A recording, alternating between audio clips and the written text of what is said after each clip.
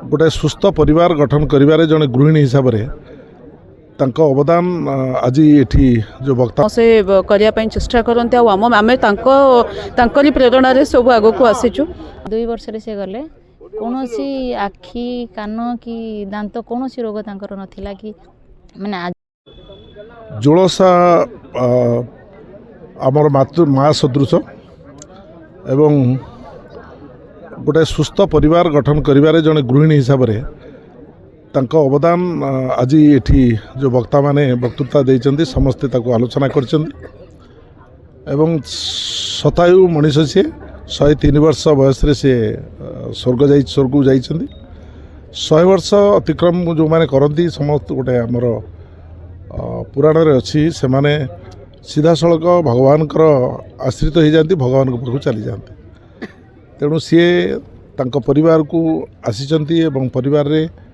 पुओ बो को भल भाव तैयारी करचंती एवं तांको नाती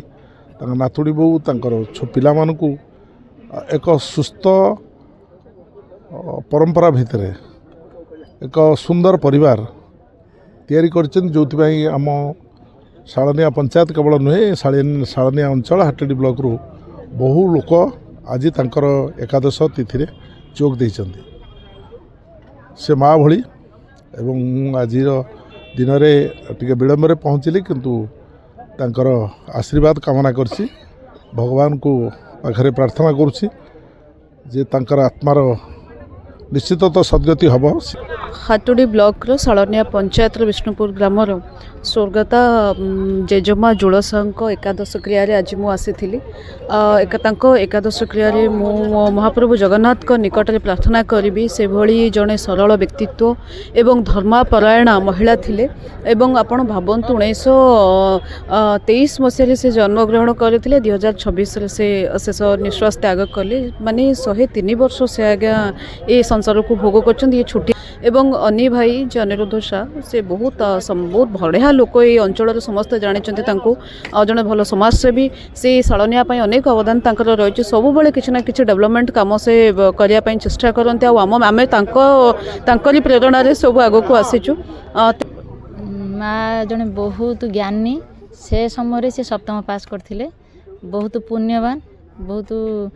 माने कर्मवीर सी 102 वर्ष रे से गले कोनोसी आखी कान कि दांत कोनोसी रोग तांकर नथिला कि माने आमर बरं चुट्टी पाची जाइए से जी बयस गले 102 वर्ष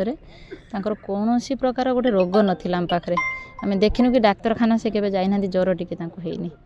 बहुत धर्मपरायण महिला थिले से धर्म को लेकिन सब बेले विश्वास तांकर अंचलर श्रद्धेय अनिरुद्ध शाह अनिल भाईंकर जेजेमा शतायु महिला विशिष्ट धर्मप्राण महिला जी 103 वर्ष देहत्याग कले आज तांको एकादशी रे श्रद्धांजलि ज्ञापन कलु भगवान तांको मुख्य प्रदान करंतु एवं आम अंचल से जने शतायु महिला थिले बहुत दिन बहुत समय को से देखिजंती तेणु तांकर देहांत रे आम भगवान निकट प्रार्थना कलु जे तांको मोक्ष प्राप्ति हो।